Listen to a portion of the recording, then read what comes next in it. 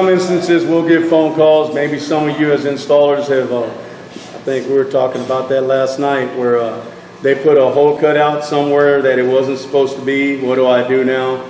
You can order from us hole plugs. We'll actually send you a hole plug out in the field. You just order it. Tell us what type of hole, 1 inch, inch and a quarter, whatever the case may be, and we'll send that out to you guys. And it'll come like that, and all you got to do is just fill it in. One of the practices that I use, earlier a gentleman had a different one, and maybe yours is different.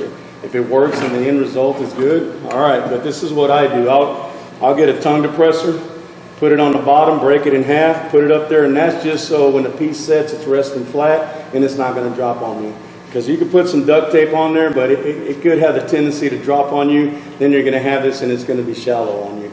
So I'll get that, put that on there, then I'll come back. One of the things you got to remember, if you do order the hole plugs from us, our material, and you're going to see this tomorrow, we'll talk about it a little bit also. It has a tendency, we got a plus or minus 16th on our product. So you may get, that same top that you got, maybe minus a 16th. That plug we sent you is going to be plus a 16th, so you want to check it. Put everything in place, drop that in there. Once you drop that in there, if it sits flush, proceed. If it doesn't, then you can sand down or do whatever means you got to do. If it's too low, put your shim on the bottom and then go ahead and glue that in there. One of the things we do get calls on is, how do you cut our product? How do I make a hole? And I just got a call the other day from a gentleman.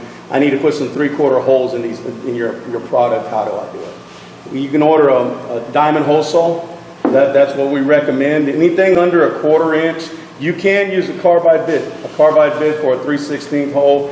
Only thing is, those things are going to snap on you. Whenever we run anything, we run a 1/4 inch carbide bit on our CNC routers. Whenever we do that on a 1 inch product, we got to make that hole 3 times.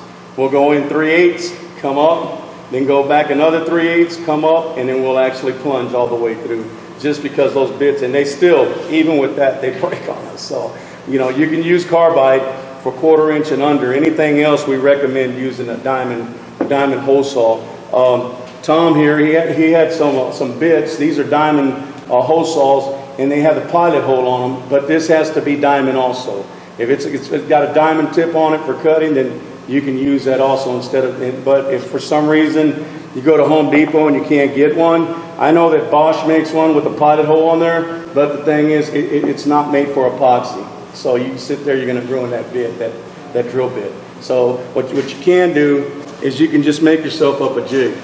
You use a 1x4, find a piece of 1/4 inch, whatever you can find. Then drill your hole, use that as a guide, clamp it down, then come back with your bit so it's not walking on you. We did have one guy this morning that said, you don't need that, you can do it just by hand. And if you're that good, hats off to you, but we recommend that you use that. Better to be safe than sorry and ruin that top, And I know there's some guys that have years experience and they can do it. Maybe you'll be there one day. I can't, so I make my own jigs. So just that's what you can do whenever you need that. One of the things in the first session, we didn't get to talk much on it, but later on, if you don't, you do. We do provide jigs for, like if there's times where the installer, I shared that with a group a while back, that an installer had ordered some fume hoods and he forgot to put the cup sinks inside. They didn't order them with the cup sinks. So he calls and he's got 50 fume hoods in the yard, and he's like, do I send these back to you? What do I do, man? He's in panic mode already. I got to get off this job. I said, I can make you a jig. So I made him up a jig, wrote up a procedure for him, how to do it, sent him the bit. Everything was done at the job site. So if you ever run into a glitch like that, we're going to give you our contact information. One of the things we don't recommend is, as you can see here, they try to do these holes and they use the hammer drill. That's a no-no. All right. So hole saw, carbide bit. We do have router bits that you can purchase through Durcon. We'll show you one here in a little bit. It's a 1/2 inch bit that'll fit on a quarter cable router. Because most of the bits you're going to see tomorrow that we have out in the factory, they're a 1/2 inch shank. So whenever you order those, we got a special order them from our supplier, because we don't run those on the machines. We just buy them and send them out if somebody needs them. And we do have the Mohan bit that comes in that, as you'll see over here in a little bit. I'm pretty sure y'all are familiar with the drop-in sinks. we have a 1/2 inch bit for the Mohawk.